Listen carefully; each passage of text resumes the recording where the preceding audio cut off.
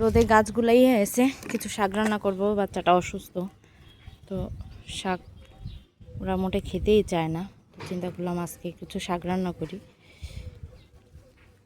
এই ডাঁটা শাকগুলো কেটে নেবো, নেবো না, তুলে নেবো না, অনেক হয়েছে, কেটে নেব। তা আরেকদিন এখান থেকে বের হবে, ডাঁটা তো খায় না, তো এই জন্য এখান থেকে আবার যখন শাক বেরোবে তখন আবার নেব। এই জন্য মাথা থেকে কেটে কেটে নিচ্ছি, উঠাচ্ছি না। অনেক ভিজিবি হয়ে ঘুরে এসে, সাথে কিছু সাঞ্চির শাক নেব, আর হচ্ছে কিছু নাতারি পাতারি শাক আছে এগুলো নেব, লাউ শাক নেব, পাঁচমিশালি শাক রান্না করব।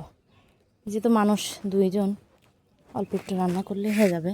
এর ভিতরে অনেক শান্তি শাক হয়েছে, কচি কচি ডগা, যেটা হয় রে মুরগির খাওয়াই দেই।